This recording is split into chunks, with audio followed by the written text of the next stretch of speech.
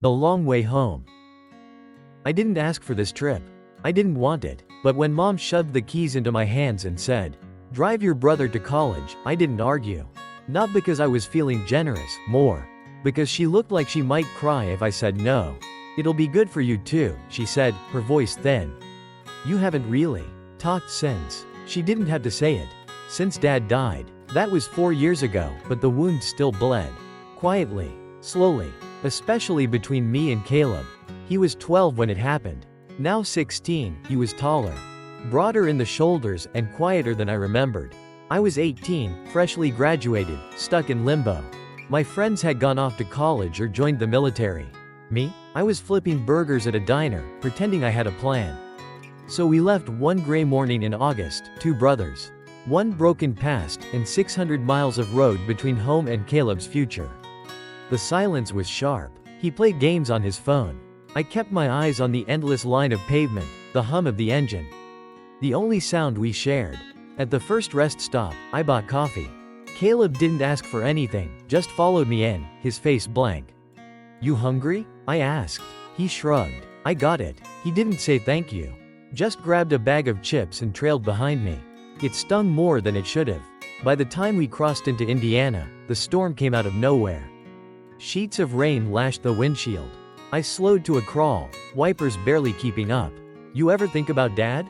The question came out of nowhere, like thunder. I blinked. "What?" I said. "Do you ever think about him?"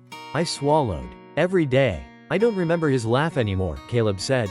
His voice cracked. "I used to. Now it's just gone." I didn't know what to say.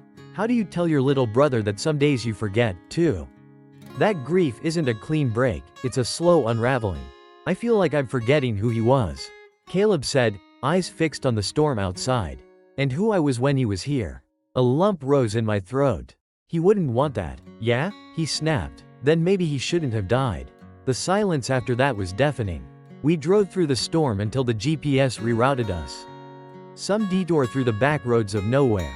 The sky grew darker, trees crowding the edges of the road. My hands were tight on the wheel. Then, the sound. Thump, thump, thump, thump. What was that? Caleb asked, his voice sharp. I pulled over. A flat tire. Of course. I checked the trunk. No jack. Just a mocking empty space where it should have been. Perfect. No signal, I muttered, staring at my dead phone. What do we do now? I kicked the tire. Wait, I guess. Unless you've got a genius plan. Caleb didn't answer. He sat on the edge of the trunk, arms crossed, jaw tight. The air was thick with tension.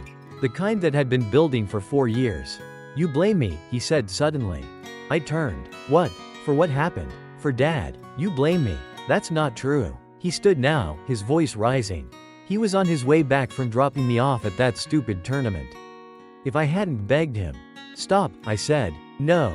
Say it. You'd think it was my fault. It wasn't your fault. My voice ripped through the trees. I stepped toward him, hands shaking. You think I don't go over that day in my head 100 times? That I don't wish I'd gone instead of you? Or that I'd stopped him from leaving at all? He looked stunned. I lost him too, Caleb. I lost my dad. And I lost my little brother the same day. His eyes welled up. You left. I didn't know how to stay. Neither of us spoke. The only sound was the wind, whispering through the leaves. Finally, he sat down again. I'm scared. I sat beside him. Me too. I don't know who I'm supposed to be without him. Then let's figure it out together, I said. Because I think that's what he'd want, for us. To stop pretending we're not broken. The stars slowly emerged as the clouds parted. And for the first time in 2 years, we talked, really talked. We shared the weight. We cried. We remembered. Eventually, an old pickup truck rolled down the road. The driver, a wiry old man named Harold, offered a lift to town. He didn't ask questions, just handed us a thermos of coffee. And drove us to a dusty repair shop that hadn't changed since 1985.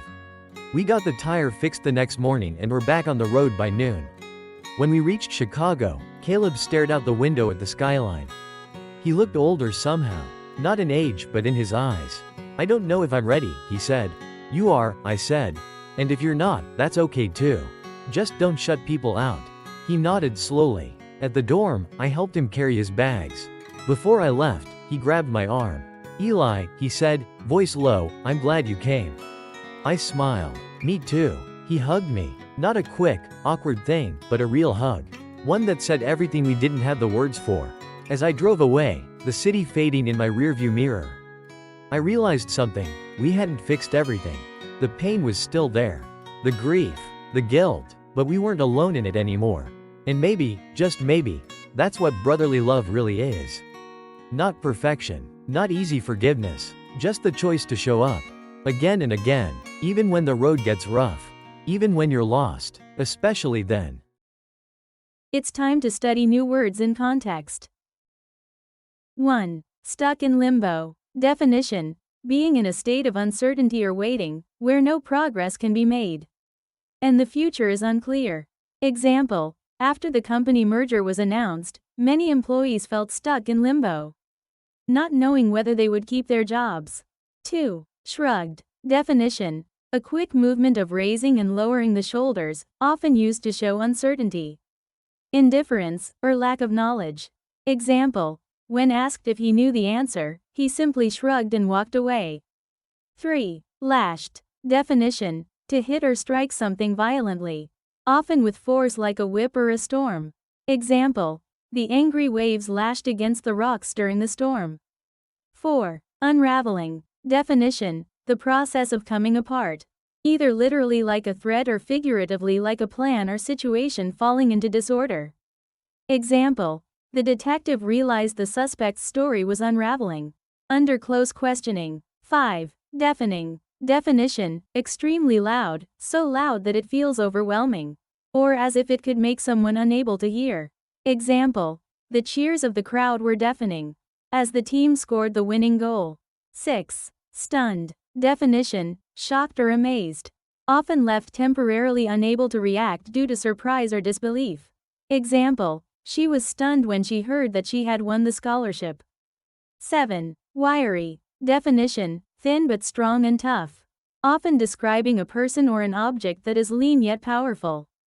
Example: the wiry old man could still lift heavy boxes with surprising ease. Comprehension questions. 1. Why did the narrator Eli agree to drive his brother Caleb to college, even though he didn't want to?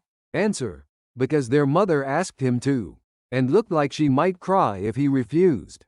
2. What major family event created distance between Eli and Caleb? Answer: the death of their father 4 years earlier. 3. How had Caleb changed in the years since their father's death?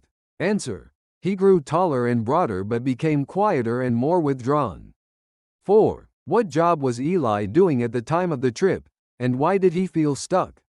Answer: he was flipping burgers at a diner, feeling stuck because his friends had gone to college or the military while he had no clear plan. 5. What did Caleb confess he could no longer remember about his father? Answer: he said he couldn't remember his father's laugh anymore. 6. What natural event forced them onto unfamiliar backroads? Answer: a sudden storm that caused the GPS to reroute them. 7. What car problem did the brothers face, and what made it worse? Answer: they got a flat tire, but there was no jack in the trunk and no phone signal. 8. What accusation did Caleb make during their argument by the roadside? Answer: he accused Eli of blaming him for their father's death, since their dad was on his way back from dropping Caleb off to a tournament when the accident happened. 9. How did Eli respond to Caleb's belief that it was his fault? Answer: Eli shouted that it wasn't Caleb's fault and admitted he also replayed the day over and over, wishing he could have changed things.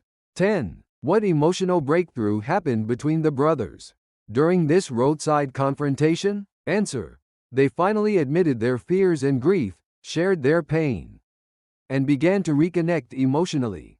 11. Who helped them after they were stranded, and how? Answer: an old man named Harold stopped, gave them coffee, and drove them to a repair shop. 12. At the end of the story, what did Eli realize about brotherly love?